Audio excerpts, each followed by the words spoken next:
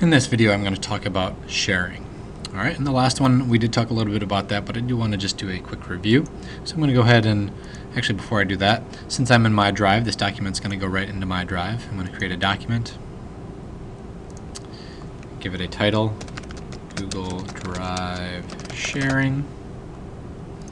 Okay, and before I even started, I could go ahead and share or type in share after the fact. I'm going to come up here to the share button. I'm going to add another teacher. We'll say I'm going with Grabowski, and she is not coming up. Her daughter's coming up, so I'm going to hit space and then start typing in her first name. There she is, Cameron Grabowski, and we can tell also that it's a staff member by the username. I'm going to uncheck notify her via email. You can leave that checked, or really your preference, but if a lot of students are sending that to you, you don't want to get overwhelmed with email.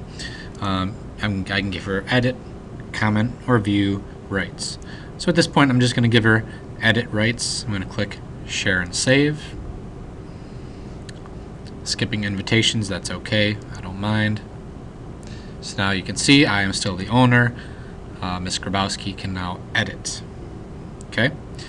If I was done, I'd click done. If I didn't want to give her access or made a mistake, I could change her rights, or I could just come over here and remove her. Save changes, and now she doesn't have access to that anymore. And go ahead and click done. So that's sharing a document. I'm going to show you kind of an easier way that students could share a variety of documents, or everything that I can create with you without having to share every single document.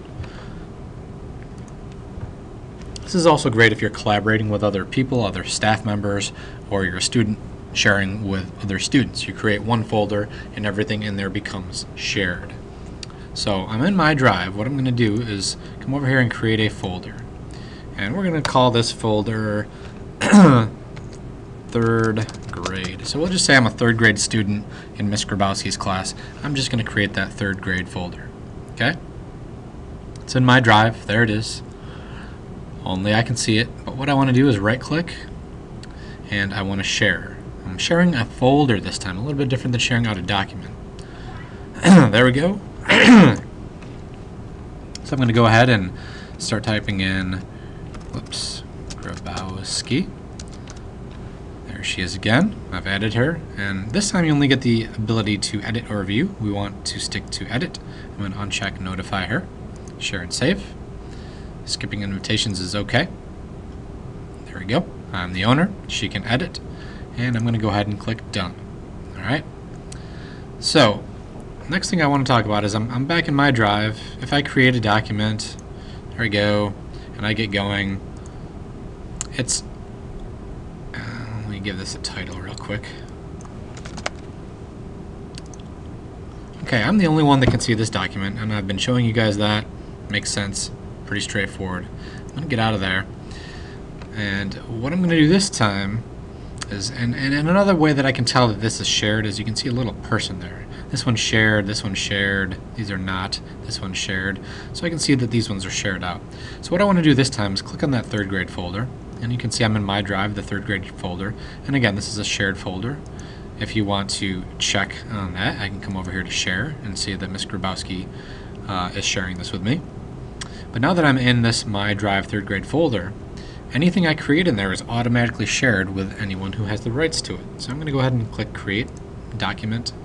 And this is just saying create in a shared folder. The created item will have the same sharing permissions as the selected folder. This is a good thing.